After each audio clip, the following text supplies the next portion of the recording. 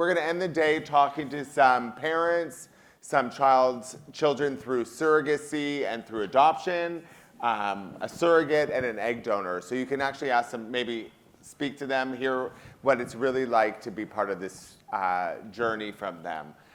If you didn't see me earlier, my name is Frank Nelson, and I'm a board member here at Men Having Babies. Me and my husband have a son now who is 9 years old, and he's amazing. I'm going to actually ask everyone else here to introduce themselves. Hi, my name is Jesse Scambati. I was adopted by my two dads, and I'm now 26. I live in the city. I'm a music teacher in Harlem, and yeah, just happy to be able to talk to you guys about what it's like to have gay parents and how we turn out fine. And also just want to add, I am also a trans man, so having queer parents has also been a very huge advantage to myself in my own coming out process. Hi guys, I'm Gennaro Savastano. I'm a single dad of a 2-year-old. I was in your position in 2015-16 coming to this conference. And there's a lot of joy to look forward to, so I'm happy to share it with you tonight. Hi everybody, my name is Liz Shire. I'm a free-time egg donor, and I sit on the leadership team of We Are Egg Donors, which is a global support forum for current and former egg donors. But I have to give the caveat that I'm here speaking only from my own experience, although I've had the pleasure of hearing the stories of and speaking to many of our 1,900 members over the last couple of years. Hi, I'm Alex McGann. My husband Jan, who also works with Men Having Babies, and I, and I have, as of yesterday, twin 8-year-old boys. You're getting me at the end of a day of dragging them around New York City, so I'm going to try to tell you how great parenting is, but I need a minute. Hi, I'm Austin Von Wiffel. I have two dads, Richard Vaughn and Tommy Wiffel. I'm 15 years old and I'm a sophomore at Loyola High School. You guys get me again. You were supposed to have another surrogate here tonight, but the rains kept her away. So I'm pinch hitting for her. Her family photos and photos of her journey are up there. You don't get to see any of mine. I'm happy to share with you later. But I think you all know I delivered for a same-sex couple who they live in Madrid. In February of 2019 is when that little guy was born. Thanks, everyone.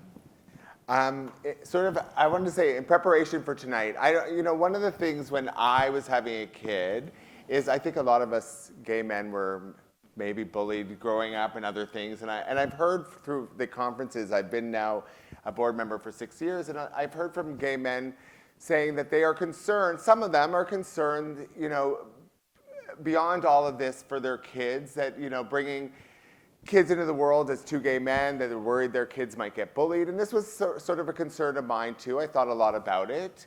And it's funny because coming here this weekend, the first thing I asked my son was, he never really talks about it, but I said, do you get bullied at school? I want to know, does anyone ever make fun of you because you don't have a mom? And he said, no one ever bothers him about that. And he said, and I, pursued a little bit more. He goes, but a lot of people ask me if I'm adopted. And I said, so what do you say to that? He goes, I say no. And then they say, well, how are you here? And he goes, figure it out. That was his answer to everyone, figure it out. I'm like, okay. I think we talk about it so much at our house about his journey. We wrote a book about it, a children's book about it. I don't think he really wants to talk about it, but I was very happy to hear that this is not a non-issue for him. It is actually, for me, we've noticed that a lot of his friends are very interested, especially his male friends, about having two dads and not a mom for some reason. They think it's pretty cool. So I'm curious, Austin and Jesse, what your experience were being raised by gay men. Jesse, Austin, go ahead. Do you want to start? I'd have a pretty good experience so far. I mean, that people. He's not raised yet. Most people don't care if I tell them or think it's cool because they've never really had a friend who had two dads. But yeah, it's been good, yeah. So you've never been bullied at school or anything No, like that? I wouldn't say that I've been bullied yet. But yeah, just it's fun. Did you ever have a point? Because my son's never asked. I have friends who have daughters through adoption or surrogacy, and I've heard that from them, and I can't speak that many, 2 or 3 have said that they've asked a lot about a mother figure. My son's never asked about a mom or anything like that. Did you? I've never had questions about why I didn't have a mom or like I would have wanted a mom or anything. People definitely want to know about it more, but yeah, it's not really like been a thing to me that I needed to know why I didn't have a mom. How about you, Jesse? Being adopted and also being in a mixed race family I did get bullied. I'll just be honest and put it right out there, right? There was a period of time where I got a lot of crap from the people around me when I was growing up, and what I will say about it, as much as it sucked, was that it never influenced my love for my parents or the pride with which I viewed my family, actually. And my dad, to this day, will say that, like, I was, like, 3 running up to people in the grocery store being like, I have 2 dads. And they were like, why are you telling us this information? Like, nobody asked. And, like, so, like, it never dissuaded me from that. I still continued to run up to my classmates and to run up to my teachers and to tell them with pride that I was from a household that was headed by 2 fathers. And that didn't necessarily make the bullying easier, but what I will say is that it's made my journey easier as I've grown up and realized, like, you gotta let people handle their shit before you start internalizing that as your own shit. And, like, pardon my language, but, like, you know, like, you can't allow other people to dictate to such a strong degree how you feel about the people that love you and have shown you nothing but love and would do literally anything to make sure that you succeed in this world. And that's the only relationship I've ever had with my father's, one now unfortunately deceased. But that's the only relationship I've ever had with my father's, is one of love and of caring. Oh, I'm sorry, babe. I'm sorry. Yeah, that was awesome. Can I ask you one other question? Recently, my son told me, and this was like an episode of Modern Family, that he was gay. He was 8, and I said, "Why are you gay?" He goes, "Well, you guys are gay." So, did you ever have that thought? Like, he's very confused right now about what it means to be gay. I haven't. I mean, personally, I'm bi. I'm bi. So it's like, it's never been a thing, like, because you guys are gay, I'm gay, but, like, yeah. Fair enough. Fair enough. I thought it was interesting because I remember seeing it on an episode where their daughter thought she was gay because you're Italian, I'm Italian, right? Type thing. Anyways, I thought it was interesting. I want to talk to the dads here. I know for me, we did surrogacy because I thought at the time that we had more control over the process. We were open to adoption, and we were really going to do it. The adoption seemed very daunting. And we didn't do it necessarily just so we can have biological children. It wasn't the biggest deal to me. Although I found out very quickly that you have very little control over anything, even through surrogacy. After, a number of failed attempts, so you realize there's no control over anything. But I'm curious why you guys both chose surrogacy. I always wanted my own biological children. I think adoption is a beautiful thing. My great-grandmother was adopted, and, she sired 11, so, like, she's the reason we're all here, right?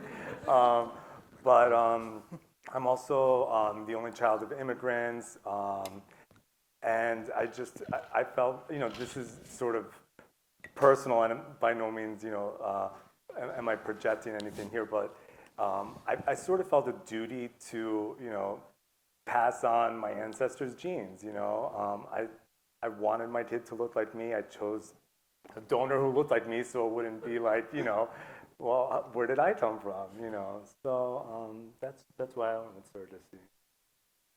And Alex? Yeah, by the way, this is a little Maury Povich. I see that you brought my children in here, so I have to watch what I say. Yeah, I mean, I feel similarly, and I'll say, I think that if adoption had been the route that we ended up taking, now with the passage of time, I realize it wouldn't have made any difference. But at the time, my father died when I was very young, and my older brother, has 3 girls and a boy who has a severe developmental disability. He won't end up making kids. And for some reason, it sticks in my throat still today, the thought that I wanted to continue the bloodline of my family, like I'm a Lannister or something. I don't know. But I really did want that to happen, and I look at my kids now, and that has happened, and it means an awful lot to me. I was just gonna say, I have a husband, and only one of us is the biological parent. And I thought when we first had the kid, Milo, I thought that it was gonna be a big deal. Like I remember feeling bad that it was mine and biologically not his. But I just feel like you realize over time that your child's your child, and it really, it made no difference. As a matter of fact, I told my husband, you should be the biological dad. It really didn't matter. We didn't argue about it. It was just, and it just happens. You find out a lot about your medical journey and who would be the better parent biologically through this all, I found. Liz, I'm curious about, I know you're an egg donor. Mm-hmm. Did you do an anonymous journey or a known So I did. So I'm very sorry to say, because I regret it badly now, an anonymous donation, because that's what was available at the time. So I donated in 2005, 2006, and 2007 through a clinic directly. There were some agencies then, but not many. I donated without a contract, right? I just basically signed an informed consent form. And what I was told at the time was that it was damaging to children, first of all, to be told they were the children of donor conception. This is still widespread, by the way, and specifically that it would break up the family for them to know who their donor was. And I was 25. I was really scared. I donated because my mother was being evicted and I needed money for the back rent and the lawyer. So I went along with what the guy in the white coat told me. And so when I called many years later to see if, number one, I could get a copy of my records, there is a specific carve-out in HIPAA laws for gamete donors. So I wanted to get a copy of my records. I had some damage done to my body and wanted to give it to the doctors. And to put my name in the file, so if the kids born at the donations wanted to find me, they could. The woman on the phone was just kind of flustered. She said, we don't really have a field for that. I guess I could get out the paper one and put it in a Post-it. And I was like, okay, put it on a Post-it, because that seemed like the best option at the time. But it is not very common for donors from my years to have done a known donation, unless they were donating to a brother or a cousin or something like that. And how about Alex? Did you guys use piggyback on that? Did you use a known donor? Or? We did not. Oh, good, they're leaving. This is the point when they go, right? I feel like Jan was like, too many questions. Actually, in all seriousness, I am happy that they left, because what we did was, I don't know if they used the term twibblings, anything. They tried to make that a term for about 15 minutes and it went away.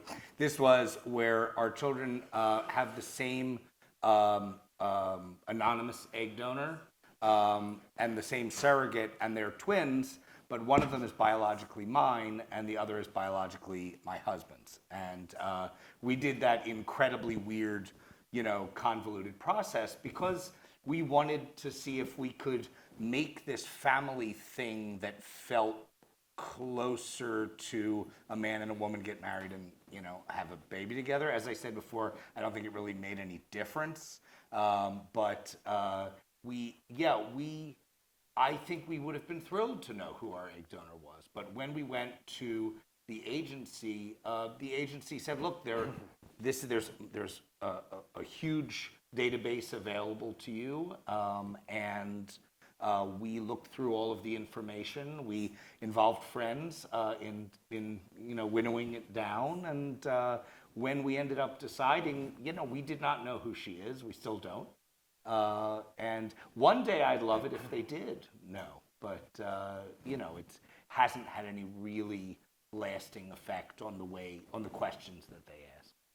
I mean, we used it was supposed to be anonymous, but we met our egg donor, and she has done it 5 other times. So our son has many siblings, including her own 2. I'm not sure if we'll ever meet them. I would love a family reunion at some point. I think it would be cool. I will note this, though. We recently donated our embryos to a good friend, and one of the things that was in our contract with our egg donor that says something to think about was that we couldn't donate our embryos. And so that was sort of a stipulation in our egg donor contract. And so it's something to think about, because you don't think about what you're going to do with those embryos, and there's so many embryos left. So think about that when you're doing it. You might want to make sure there's no clause that you can't donate those or do something with them after. Yeah, and they'll call you when you're like a year into having a child, and you're crying and screaming all day long, and then they'll say, hey, just a reminder, we have extra embryos. That's the wrong time to call you. But think about it ahead of time. You should, really, because we had to contact our egg donor after, and luckily she was lovely and agreed to let us donate them. Sarah, what made you want to become a surrogate? Yeah, I am weird maybe, but I love being pregnant. I really just enjoyed that process, and after 6 kids of my own, we had our family complete. And I'd mentioned it to my husband before our family was complete, and he really had a lot of reservations. He had, I think, some of the same concerns that I've heard from guys continually. He was like, Sarah, you're not going to want to give that baby away. And it was so bizarre to me. I was like, it wouldn't be mine. But then we kind of stopped talking about it. And when we were done, done with our own family, it came up again. And he was like, if you want to do it, okay. And I was like, yes, let's do this. And that's my story. I liked being pregnant. I wanted to give back. It was easy for me to grow my family, so easy. And I wanted to help. Did you do it for an LGBT, a gay couple? My successful journey was for, yes, a same-sex couple. I started off working with a heterosexual couple, and that did not result in a baby, but thankfully they went on, used a different surrogate, and they have a 5-year-old little boy right now, so it was successful for them. But again, I was expecting it to be super easy, right? Like, I can get pregnant, I know how to do this is what my body's made for. But there were setbacks, and ultimately, I'm thankful for those setbacks because it led me really to my career here even. But it led to the creation of the little boy I got to bring into the world. And what I know, our surrogate didn't really know any gay people before she chose us to help us. And like, what made you choose a gay couple? So I come from small town, rural Iowa, where everybody looks the same and everybody knows everybody's business. And so I really I used it as like an opportunity, I guess, to like show my kids that there's more than just small town Iowa. And there's more ways of building a family than what they see every day. And so, I was like, who's the hardest person to have a baby? Well, 2 gay men, that's pretty hard. Nice. Because I think even in the process, some people don't want to help gay couples. I mean, it depends on, sometimes religion gets in the way or other things. So also, let me ask you and a few others, what was your relationship like with your IPs through the process? Like something you talked about beforehand? So I didn't meet my guys in person until the day before I delivered. We had many Zoom conversations. It wasn't Zoom, it was WhatsApp. But yeah, again, so many bumps can happen, right? But I had 6 normal, healthy pregnancies, delivered vaginally, and then we found out early in my pregnancy, with Dario was his name, that I was going to have a planned C-section, and it was going to have to be early. And so they came literally 2 days before the planned C-section, which was at 36 weeks. It was early, so they weren't worried about missing it or anything.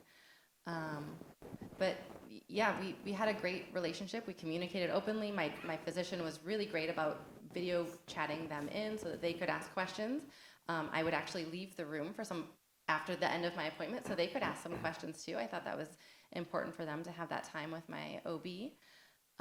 And then we all got together the day after we met in person and brought a baby into the world, which was pretty cool. That's cool.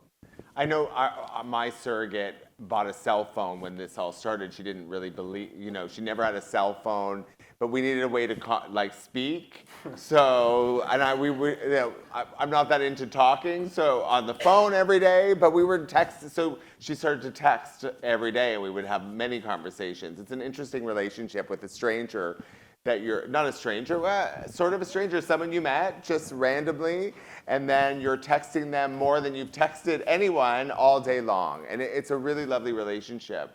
I don't know what your relationship was like with your surrogate. So I've matched with 3 people. The first 2 didn't work out for a couple of reasons. The first one broke the match with me, and I think it was because it was Valentine's Day weekend, and I think she had sex with her husband, and you can't be eligible, because then there's a question, which is totally fine. I don't want to take that chance. Thank you for being honest. Let's move on, But then with COVID, there was a dearth of available surrogates, so I was waiting for a while. My second surrogate was an amazing woman. We tried 3 times. Every time, all her numbers were great. Everything was on point. I totally trusted her. But all 3 times we were unsuccessful, and the doctor was like, look, there's some magic going on here that we can't measure, so it's time to move on. So we did, and I got lucky that the first time I tried with my ultimate surrogate, we were successful, and she's she's amazing. She has her own family. We do keep in touch. I would say that, I had a lot of thoughts about what I wanted beforehand in an egg donor and in a surrogate. I would say being flexible is like one of the best parenting skills you can have just for survival. And it's one thing to say that, but really being able to adapt will help you so much. So if you can just keep an open mind, life will be easier for you. Agreed. I had a friend recently who told me that his egg donor has to be Jewish in a certain way, and I'm like, you need to be flexible. I said, you'll be waiting forever to, you have to make certain concessions along the way. I feel like is that the most important thing, or is the baby? You have to decide what's the most important. But Alex, what about you? What was your relationship like with your surrogate? We were matched with 2 surrogates. The first one was wonderful. We really were very impressed with her. It didn't work out medically, and we moved on to a second surrogate who we met her and her husband, and my husband and I were blown away. She comes from a rural area. She and her husband are very Christian. I'm just going to say, I don't know what that means, but they're very Christian. And their families also, their parents, very Christian. So much so that their parents, or rather maybe radically so, their parents would have nothing to do with them because they were doing surrogacy for gay men. But the thing is, this woman sat there opposite us and said, yeah, but pretty much from everything I remember being taught, this is what Christianity teaches us to do. So now, fortunately, I am not the Pope, and I was in no position to have any opinions on it. But the way she approached us throughout the pregnancy after that was just incredible. We probably only saw her 3 times from the time she got pregnant till really a little more. And she had done it before she was an expert in a way which was so valuable to us because she told us what to do. And we, of course, checked with the doctors, et cetera, but her experience was such incredible guidance for us. So she wanted to do she wanted to do, vaginal childbirth with twins. She went through very long labor, had our first child, and then had to have a C-section for the second child. Oh, wow. Which was not nice or fun for her, but she was incredible throughout. And it was beautiful to see that it was, driven by her background, the same background that was currently turning its back on her. It was really amazing. She's an amazing woman. I think a lot. I know our surrogate kept it very quiet that she was doing surrogacy for a gay couple. Similarly to what Sarah said, I think she came from a very small town. She wanted to sort of open up the minds of her family, but then we had a photo that went viral and she was on the news, and she still to this day has had a lot of struggles with what had happened because it blew up. She lost a lot of friends in her community and she got a lot of hate mail, and it was a struggle for her that this happened. But I think she would say that was one of the biggest blessings. And now it's interesting because she's such a advocate for the LGBTQ community, as I'm sure you would agree, that sort of what you've become, you're working here now, right? That this sort of journey helped you sort of become an advocate for something else. Yeah, I am very fortunate, though, that my experience was different. As I said, I'm also from rural, small town, sometimes very backwards thinking. So it's very possible people were out there talking about me, but thankfully they didn't say it to my face or to my family's face. And I was actually really overwhelmed, I guess, by the positive response I got to it. I kind of underestimated my community, I guess, because I was afraid at first to share. And I had no reason to be afraid. I was shown nothing but grace and love and compassion and all of this, like, how amazing are you? And I had a great response. I think it's hard. I think what I've learned through this journey and other things is that it's about focusing on the positive sometimes, and I think there's... So maybe I have selective memory? Maybe. Maybe. No, I'm saying there's sometimes some negative and positive. I always try and focus on the positive throughout this experience. There's some negative all the time, and, those are people that I don't need in my life, so I'm trying to focus on the positive. I wanted to speak to you guys again. I feel that whether or not you try, and I know just being a board member at this organization, I feel my son is, whether or not he likes it or not, a spokesperson for, surrogacy and for not necessarily surrogacy, adoption, or just he's raised by two gay men and people are sort of interested and there's questions that you have to answer a lot, I'm assuming. How do you feel about that? I definitely grew up answering a lot of questions, which long term I think just made me well spoken. So it kind of worked out in my benefit. But I guess so my dad, Vince, is 73. And so he grew up in Queens, at the height of the 1950s, 1960s, with everything that was going on in the LGBT community and all of that stuff, and being very much a part of the AIDS movement, all of that stuff, right?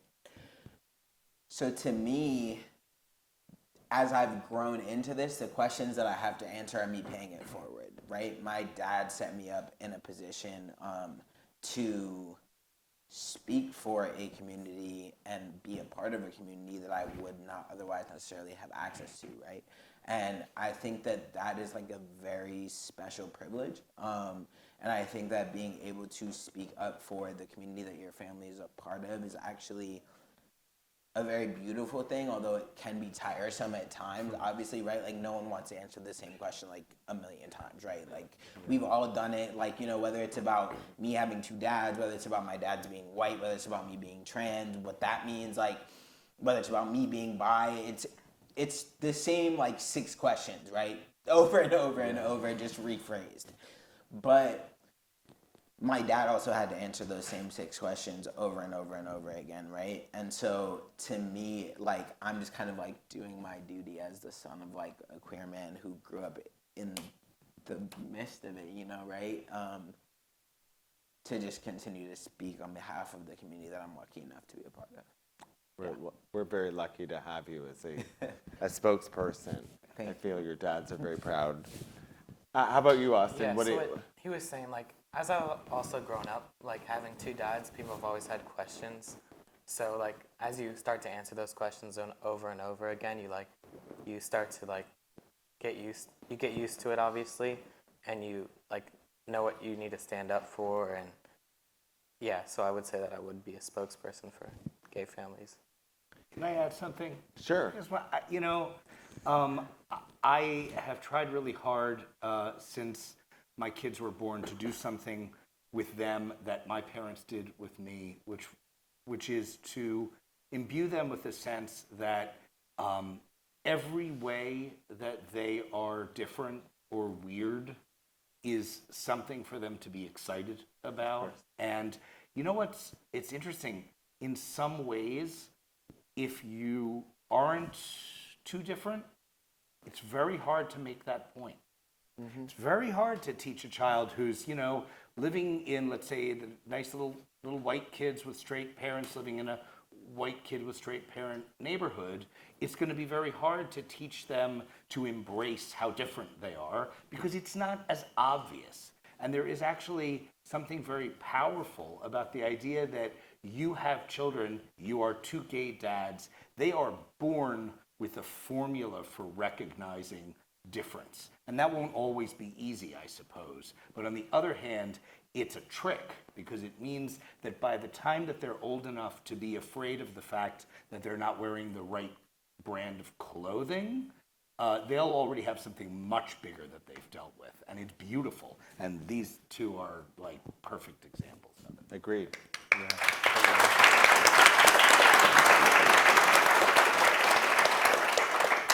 Beautifully put. I forget what I was just asking. I know. I know my son is kind of like I don't know if it's like a regression in my house, but I want to talk about sex sometime. My son's in grade 4 now, and I'm like interested in sort of talking about sex. I'm pretty sure I was having that conversation well before grade 4 with my parents, but he does not want to talk about it, and I feel like it's partially because we wrote a book and we've spoken to him so many times about how he came to be. And it's like, a convoluted story of surrogacy and egg donation. So he knows all of that, but he doesn't really want to talk about, what does sex look like? I don't know if he knows or not. He keeps saying he does or not. I'm curious from you 2, no, no.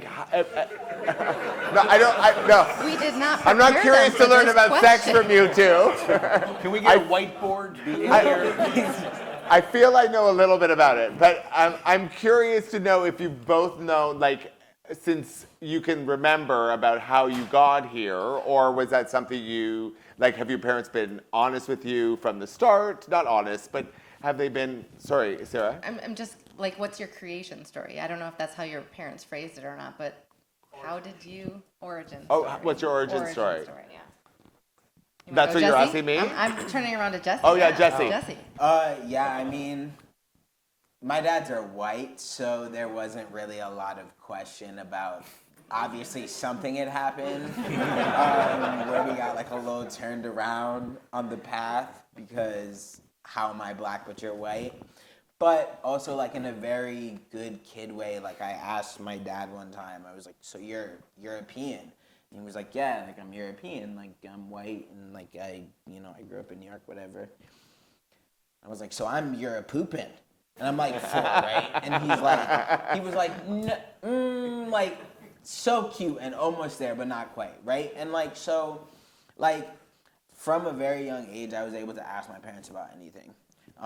And I think that was garnered in certain ways by just that they didn't have the privilege of hiding certain things from me because our differences were very obvious in certain ways. And I think that when you talk about multiracial families, that's always something that's important to think about is what what cultural things are you going to do with your child outside of queer culture that embody also like that identity that they have if your child is not the same race that you are, right? But about sex, like my dad's and I think because I was adopted and because I knew that like two other people at some other point had created me and then I was adopted, it was never like I never really asked my parents about sex because to me like they had just never had sex. And like it was kind of like obviously very childish and not thinking all the way through this process. But like I was kind of like, well, like they didn't have a kid, so like they've never slept together. They've just like they've been celibate and that's just like what they do and like it's cute and we love it. And like that was just kind of always what our like conversation around sex was until I was like old enough to start like having sex myself, which was before my time. But that's another story. But like just basically like I was never able to like hide certain things and they were never able to hide certain things, and I think that gave me kind of a leverage in a certain way to learn about these things and to learn about the ways that people have sex and like how to have sex that like actually is good and like pleasurable and like respectful and responsible and all of these things.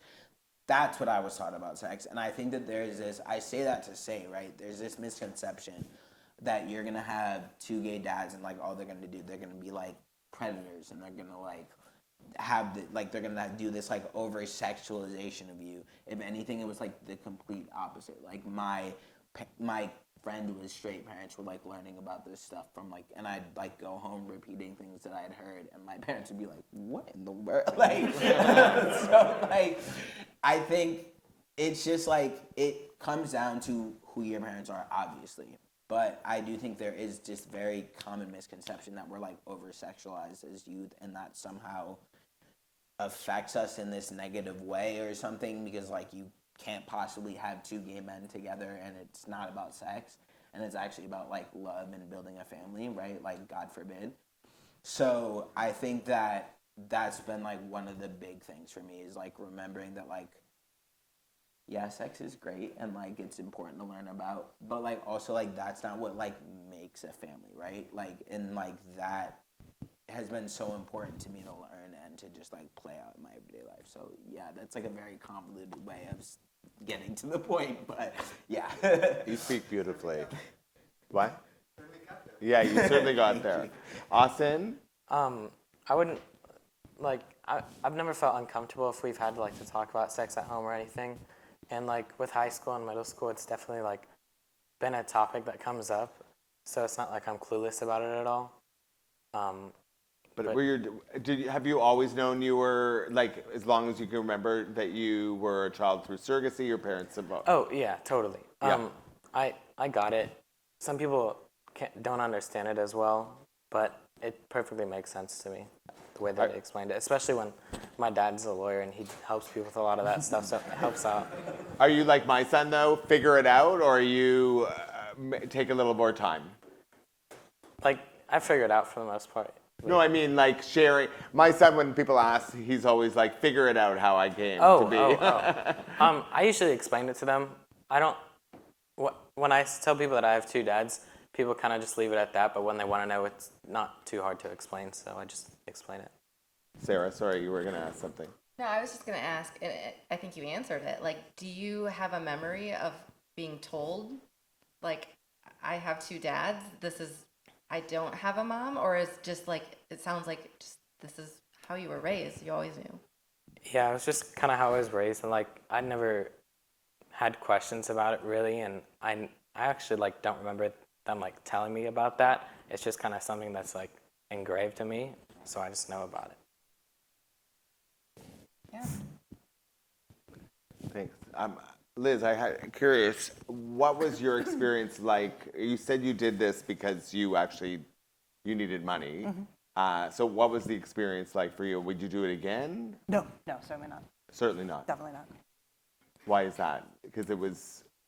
So without getting into the muddy physical details of it, when I was donating, I was doing a long cycle with a high daily dose of a drug called Lupron. This is almost never done anymore. And I developed a thyroid disorder as a result. This was not uncommon at the time. And so by the third donation, I was in too much pain after my donation to continue. Also, I wasn't that sure about it when I did it. I just felt like I was in a situation where I didn't have another choice. I was already working full-time and working some part-time jobs. So when I had the money to get myself out of that initial situation, I felt like, okay, like now I can move away from this. Of course, like many donors at that time, I ended up spending a lot of my compensation later on doctors, because I think one thing we forget for American egg donors, this is not true of our members in Australia or Canada or Spain or anywhere like that.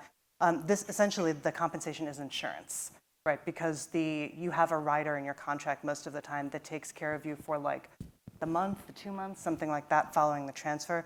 So if you have OHSS, that hospital stay, which is very common, that hospital stay is covered. But anything that happens to you down the line is not covered.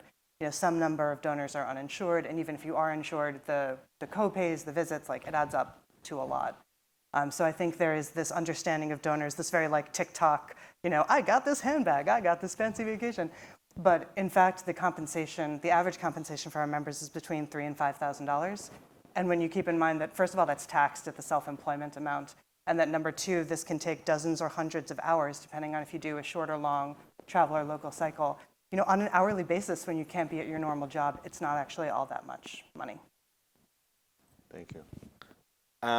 I'm curious. I know we did an independent journey, which is just how it worked out. We had an agency, but we ended up finding our surrogate ourselves, and we ended up doing contract negotiations and everything ourselves. And I think that's why many people go with an agency. You know, the hardest part I found with our surrogate was negotiating money with each other. We had lawyers, but we ended up having to discuss this with each other. And it was the worst part. I didn't even know how we would get through it. We met, we had such a lovely time, and then we had to talk about money. And it got a little contentious at times because we're both looking out for ourselves. I mean, I wanted to make sure she was fine. And I bring this up because I'm curious from all of you, or Sarah, what was like the most difficult part of the process, or what did you find to be like the most difficult? I think I kind of touched on my most difficult thing already, which was just I came into doing this thinking like it was going to be easy, and I liked being pregnant, and I didn't envision the setbacks, and those really weighed heavily on me. I felt like I was letting people down when the transfers didn't work. My Durio, we did a transfer before him that also didn't work. That they really wanted a little girl, and that was their last girl embryo, and that was really hard. That I knew academically I was not doing anything wrong, but I was just so invested, and I really was like, what is going on with this body of mine? Like, why is this not working? And so that was the hardest part for me, was the setbacks. And actually, one of our biggest fears, and I didn't even think about this, but when we didn't get pregnant the first time, like there's nothing in your contract that says she can't walk away at any time, your surrogate, right? And I was like, we didn't get pregnant. Is she going, I didn't even think about this. Like, is she just going to walk away and say, you know what, that was enough for me? After, you know, a year and a half of sort of, developing relationships and doing all these contracts. And then the same sort of, I remember this conversation after we didn't get pregnant where she was so disappointed in herself. And we went through this sort of blame thing of like, was it your sperm? Was it me? Was it the egg donor? I think it was a bad egg donor, she kept saying. And I'm like, well, we're going to try to, thankfully, like we just tried it again next month. But that was a piece I never thought about it, that we're in this contract, but it could end at any time. You're not like contractually, like we never talked about how many tries she would take, right? I think people talk about that now sometimes. Do they? Right? More commonly than they used to, for sure. I think already, just like on this panel, we can see how things have shifted since we were a part of this process too, right? Like what you were talking about, Liz, and like informed consent and having more information and making sure everybody is in the right space to be ready for setbacks and things like that. I think the industry as a whole has made a lot of forward progress in making sure that the people that are going through this are left whole at the end of it. I just, you know, everybody's journey is different. If someone is set on doing an independent journey, you know, I think it's important that they know, I'm an attorney. I was a board member of the LGBT Bar Association. I was president. We did impact litigation on this issue in New York before the Child Parent Security Act was enacted. And I went through surrogacy before that, so I knew of the importance of having rock solid legal representation that was local to where your egg donor was, where your gestational carrier was, because I saw a lot of the cases go wrong. And there's literally the phrase splitting the baby comes from a 1970s case, you know. Even as a lawyer, I would not feel comfortable, you know, doing it independently. So luckily, I had an amazing agency. They held my hand through it. They found me local counsel. They also find your GC local counsel. And yeah. Our surrogate didn't want to go through an agency, and that just how it is. But it was a lot more stressful. We all found our counsel, and everyone was well represented. When I say arguments about money, it was through the council, but like there had to be a point where we discussed that. So yeah, Alex. Yeah, so we were in a different situation. We decided we wanted to have babies, and so we went to an agency and we said, "Hi, we want to have babies." We didn't know Ron Dayan at the time or anything else, and we didn't look anything up, and we did not shop for agencies, and we knew nothing. And we ended up with two wonderful little boys. However, we should have done more homework than we did. You should do more homework than we did. Yes, you. But that said, I guess I'll also say this. We went with a reputable agency. And I think when you go into it, you have to assume, first of all, do the homework to know that you're going with a reputable agency, sure. But beyond that, make an assumption, which is, I'm sorry if you're in here, they're a little bit like real estate agents. Look, ultimately, they want you to get a baby. So that means that there's going to be a little bit of nudging in this direction and that direction. And you have to be strong and know what you want. And I'm not saying that you shouldn't be flexible because, yes, this is the process of making babies. But I guess my point is know that you're dealing with an organization whose heart might be in the right place, but it's a business. And so you have to sort of be present and be thinking about what you want and recognize that there will be pressures coming from different sides. But certainly for somebody who isn't a lawyer and does not have his pedigree and experience, you better get somebody who knows what they're doing to help you through the process because there are like a million moving parts. If I could also say, Sarah, you really tugged on my heartstrings there, the note about feeling like you had failed and your body was doing this thing you didn't expect. Because that is one of the more common posts that I see from donors when a cycle fails, is that they feel they've failed the IP and let somebody down after what they know is a long, difficult process. And you know, the one difference we see there is that for you, you had 6 successful pregnancies, and a donor who has a failed cycle, you know, there could be 100 reasons. Maybe it's the sperm provider, but sometimes she's also getting bad news about her own fertility, right? Because the difference is that again, US only, surrogates are more in demand if they have already had their own children, but in the US, egg donors are much more in demand if they have not, because they want the younger, the better, right?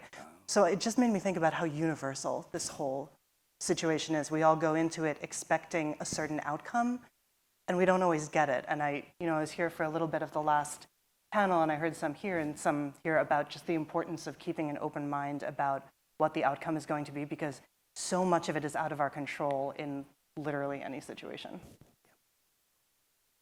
Well put. I think you're speaking to, like, it's reminding us that this is a human interaction, right? This is like, we're dealing with humans. It's not, we all have our own emotions and feelings that we bring to it. And yeah, just speaking from the surrogate's perspective, like, we're so invested. If we make it through all of the screenings and the medical and the psychological, all of that stuff, you're going to be working with a woman who wants to help you. They want to see you have a baby in your arms at the end of this.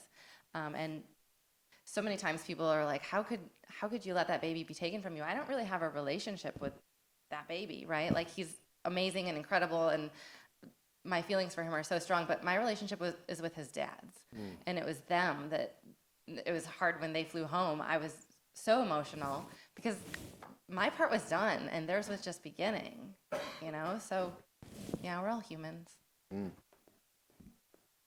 Maybe now's a good time to take some questions if you guys have it Yeah, for I know anyone. they've got questions or Yeah. microphones out there. Oh, sorry, we have microphone? Yeah. Oh, thanks, Ron. Liz, Yes. do they still use that same medication that messed you up on donors? So they use it now mostly as a trigger shot, and it is understood, this is very anecdotal because there's to date no long-term longitudinal study on the effects of egg donation from the donors, right? There's a tendency to use data from women doing own egg IVF, which is of course a different demographic cohort. Anyway, so it is usually used as a trigger shot, and it's anecdotally known to much less often result in HCG or a combo shot. But it is uncommon now, thankfully, to be used during the cycle itself. Do we have another question? Back here, Ron. Or Vanessa. Yeah, thanks for all of this perspective. Me and my husband are in the process of building a family with a lesbian couple who have had a baby with the donation from me, and then we're gonna make a baby with the embryos. And one of the biggest challenges we've kind of had is other people telling us what our family is, like, oh, you're the dad of that baby, though I'm not, right? So you kind of already answered this, but like, how sticky or how resilient is your family story in the face of other people telling you that it is not? Let's start with Alex. It's interesting. It depends on who you ask. If you ask me, you're going to get one answer. If you ask my husband, you'll get another. And I really think that personality matters a lot. I couldn't care less. I go to this park that's full of all of these Iranian women in Beverly Hills, and they come up to me because I'm the only dude there with a child, and they say, where is the mom? Right, every single time, right? And I have no problem with it. I will set them straight over and over again with warmth and fun and all this kind of stuff. My husband it sits heavily on his shoulders to have those questions asked and those misconceptions represented, over and over again.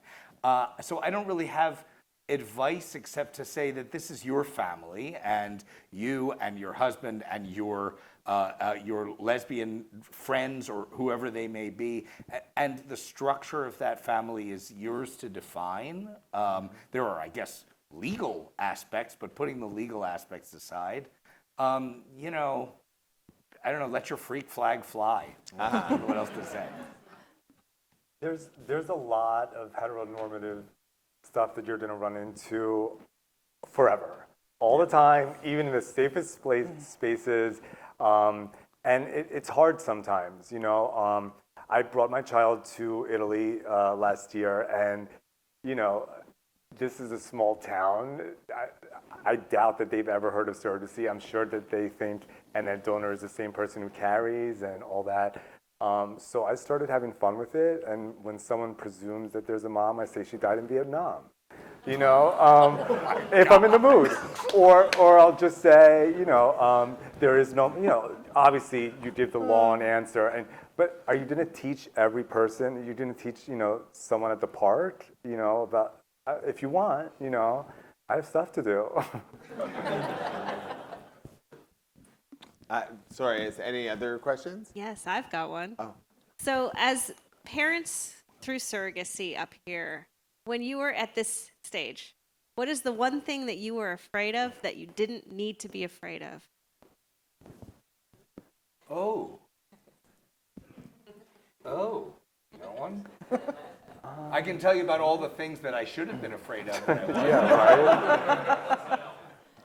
Well, can I just say, for me, it was what I said before, which was I was scared that my son would be bullied or other things like that, and he's been so welcomed in our community. I had a lot of fear of what it was like to raise a child as two gay dads and worry about that bullying, and that was something that bothered me. But it has been a non-issue. I never think about it anymore. I got one, and it's big.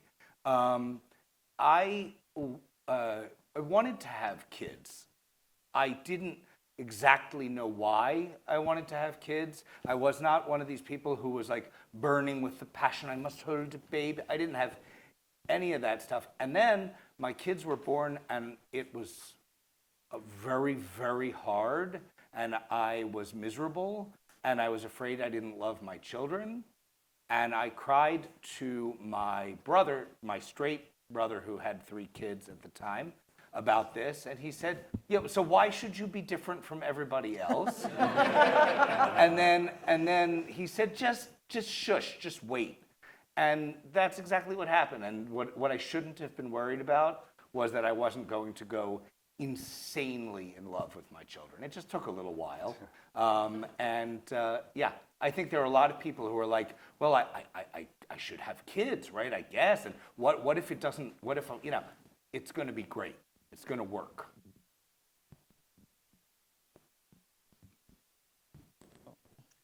Hi, good afternoon, everyone. First, just thanks to all of you for just sharing your stories and your insights, and it's just, we really appreciate it. I'm sure everyone does. But my question is for Liz, correct? Mm-hmm. Liz and Sarah? Yes? So my husband and I, we've made a decision to really center the women that are a part of this process. And so we're like really invested in the full well-being, both from like a compensation, financial perspective, but also just, I'm hearing your stories of your well-being and the process. And I guess my question is just like, what can we do to make any of it any better? I feel like I'm hearing your stories, and I just feel like we can have kids because of you all. So how can we show up for you? What have you seen is the best ways to engage in this process to really center folks like both of you? Good. Do you want to go first? No, please go ahead. Okay. It's a hard question, right? Because I'm choosing to do this. I'm not somebody out crossing the street that needs help or something. I'm actively seeking out helping somebody in this capacity. So I feel like I'm not looking for words like you just said are like so impactful, and really like what my guys do. It for me is, I don't know. It's so hard for me to answer this. I don't feel like there's something that you should feel like you have to do. Women who choose to go into this are educated about it. They know the decisions we're making. We have a strong support system. We have people around us who know what we're doing and are supporting us, right? And so I think just say kind things. Mm-hmm. And not to take away, I think, from like your agency, right? Like you are making this choice. Oh, thank you. You are making this choice, and I think, and I don't want like it's. I don't know. You didn't offend me. No, I know, but I want words matter, and so I think it's important to say like, I guess I'm more collaborative and less like saving you. I hear you. I think when we shift this to Liz a bit too, I think we're going to see that as this community, we've done a lot to change, to make sure that we're doing all of the right things, right? And that we are making sure we're doing this process with people who are ready for it. Because 2005 was your first donation, and so now we're in 2023, so we're a lot further along. And so I think it shows we continue to progress as a human race to do better things, right? But just in this small little atmosphere too, like things that we were doing 20 years ago, thankfully we now know, hey, there's a better way to do that. I don't know. I'm at a loss for words. It's been a really long day. I'll pass it to Liz. I mean, I want to start by saying that even just that attitude towards it is huge, right? Just seeing us as not just a means to an end. And like, I get it. You're going through all of this time, all this money, you know, the possibly unsupportive family members, everything you're going through, it would be very tempting to see the person on the other end as a means to an end, but we appreciate when you don't. I mean, the thing I can say is that as involved as you can be in the process is huge, because we know that there are much better outcomes for our donors when the person who's paying the money is in the room, right? Because we're the product end and you're the customer end. And that makes a big, big difference to how we're treated, how often we're hospitalized afterwards, and what our long-term health outcomes are. So that is really key. I'm also going to say that from my position is a little different than Sarah's because we don't have that agency, right? Egg donors, again, are definitionally very young. This is often the first time they've signed or even seen a contract. So just keep that in mind, that this is someone really at the very beginning of her life journey who can be vulnerable, right? And just keep that in mind. But thank you for having such a kind and sensitive and thoughtful attitude towards it. Vanessa? Hi, I've been wondering, we've touched upon it a little bit in terms of, the heteronormativity of it all. And I get the sense that some days that our future families or I've wondered that your families are political representations, and that we are constantly, whether it's regional or national, whether the Don't Say Gay bill or the books that educate our future children are the ones that are on the ban list books. Do you feel, are there days that are harder than others that you feel this burden of this, like having that, because I exist and by extension my family exists, that I'm making some statement? And is that just something that we have to be aware of depending on where we are? I mean, I definitely feel that weight sometimes. I don't know if I feel that we are a representation, and I feel that we have become, me and my husband, much bigger advocates. We're also educators. We're both teachers, so we feel the need.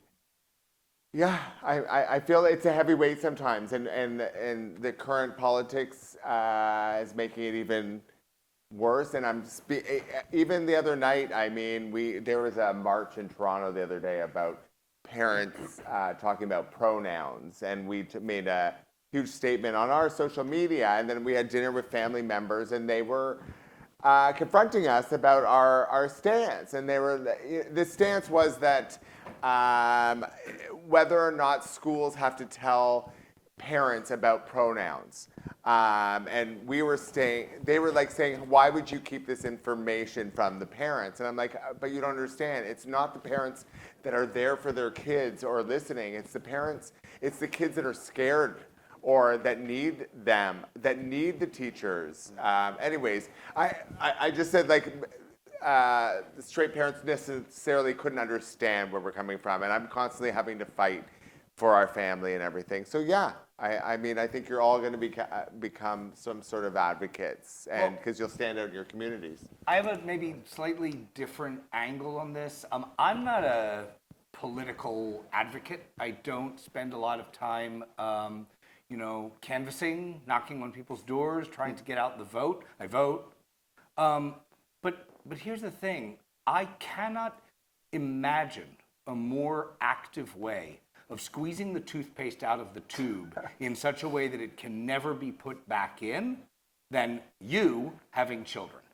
And if you walk around with children in the world who you have raised to be wonderful members of society, that is the greatest advocacy, that is the greatest possible political change that can be made when it comes to supporting the LGBTQ, whatever I community, just the very existence of your children. And it's going to come at a price that sometimes you're going to have to deal with some crap. But I will also remind you, I look around this room, that most of you are, and even me, are too young to remember just how bad it was to be gay. Well, the reason why is because of what our forebears did. So, no offense, it's a small price to pay to have to answer some questions when asked, and to have to be occasionally in an uncomfortable position when we live the lives that we live now and have the ability that we have now to have a family, to have children. But I think you need to also let yourself off the hook a little bit, because heteronormative parents are not perfect. You're entitled to make mistakes as a parent, so don't put that kind of perfection pressure on yourself either. You're just another guy creating a family, and you're entitled to make your own mistakes too. Hear, hear. Can I say one thing? Just something I'm thinking about. I'm not always so comfortable, We'll go to places where I'm like, maybe we shouldn't be holding hands or something. And my son, no matter where we go, grabs both of our hands and makes us walk down the street holding both of our hands. And I feel that he knows exactly what he's doing in the most wonderful way. Like, we don't talk about it, but he grabs our hands everywhere we go and wants to. And I feel he's doing it because he's so proud. Or that's his way of speaking, these are my two dads. I don't know, but it gets me every time he grabs our hands in a place where we are probably more uncomfortable to do so. I think, sorry, thank you all. Let's do one more question, and then we'll have everybody give their final thoughts to you guys. First of all, thank you all for the panel. It's been very informative and insightful. This is a question for the dads. I think everyone, all my straight friends who have babies say, nobody's ready to be a dad. Nobody's ready to be a parent. You got to go through it, and you'll end up on the other end. You'll be a great parent, blah, blah, blah. I just wanted to ask more from a practical perspective. At the time you decided to start your families, did you feel like, I don't know, what comfortable financially, like we can afford to do this, we have enough money to go through this very expensive and high-risk process? Or did you think we're really ready emotionally and we'll figure the money out as we go? That's kind of the situation I think I find myself in after each one of these webinars. I know there's discounts. Sorry, seminars, not webinars. I know there's discounts and there's the GPAP program and there's a lot of good information on that, but I just am sort of like, should I wait a couple of years and have more money, or should I put my balls in a vice, financially speaking, for a while? That's not how it's done.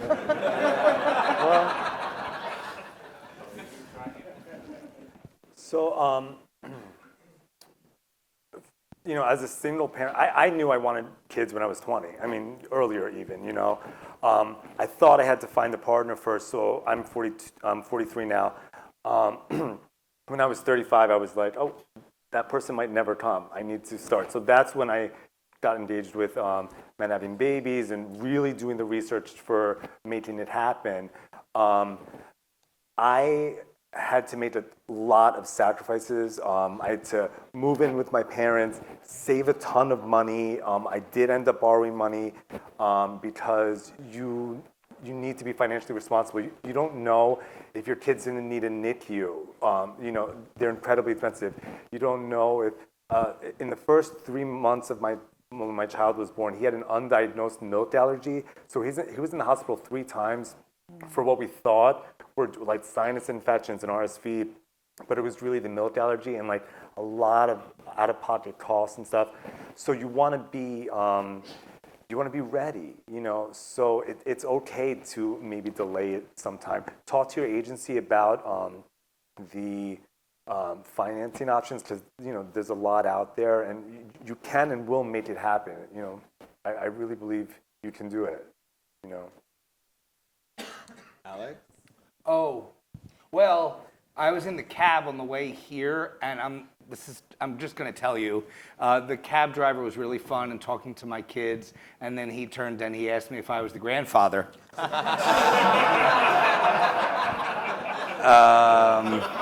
So, be in a good financial position, but time's a wasting, buddy. By the way, I'm channeling my mother. Literally, my mother said to me, probably once a year, she would give me a speech where she said, you're not getting any younger. And so there you go. So I think we'll take it from there. I wanted to thank everyone for coming today and spending the whole day with us.